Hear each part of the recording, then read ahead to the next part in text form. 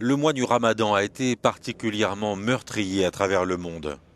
Dans un message audio diffusé sur Internet, l'État islamique avait appelé ses partisans à faire de cette période religieuse un mois de calamité pour les non-croyants. Le 12 juin, un homme ouvre le feu dans un bar gay d'Orlando et tue 49 personnes. Le 27 juin, plusieurs attaques visent la ville côtière de Moukalla au Yémen. Des kamikazes font exploser des bombes qu'ils portent sur eux.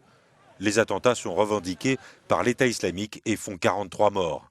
Le lendemain, 44 personnes sont tuées et 150 autres blessées dans le triple attentat suicide contre l'aéroport Atatürk d'Istanbul. L'attentat est attribué à l'État islamique. Le 1er juillet, 20 personnes sont tuées dans une prise d'otage à Dacca, au Bangladesh. Parmi les victimes, 9 ressortissants italiens dont l'autopsie révèle qu'ils ont été torturés.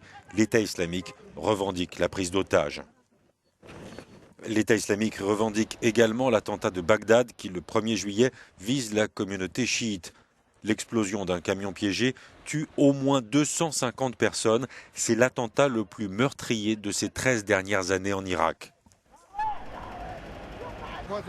Le lendemain de l'attentat de Bagdad, 3 attaques suicides sont perpétrées en Arabie Saoudite. L'un des kamikazes déclenche la charge qu'il porte devant la mosquée de Médina, alors qu'un autre attentat a lieu près de la mosquée de Qatif, la capitale de la minorité chiite du pays. 7 personnes sont tuées dans ces attentats. Pour les organisations terroristes comme l'État islamique, le mois du Ramadan est le mois du djihad. Et souvent, pour eux, la date anniversaire de la bataille de Badr, le 17e jour du Ramadan, convient le mieux pour un attentat. Pendant le Ramadan, les rassemblements sont nombreux. Les attentats peuvent faire un maximum de victimes. Et c'est ce qui est arrivé à Bagdad dernièrement.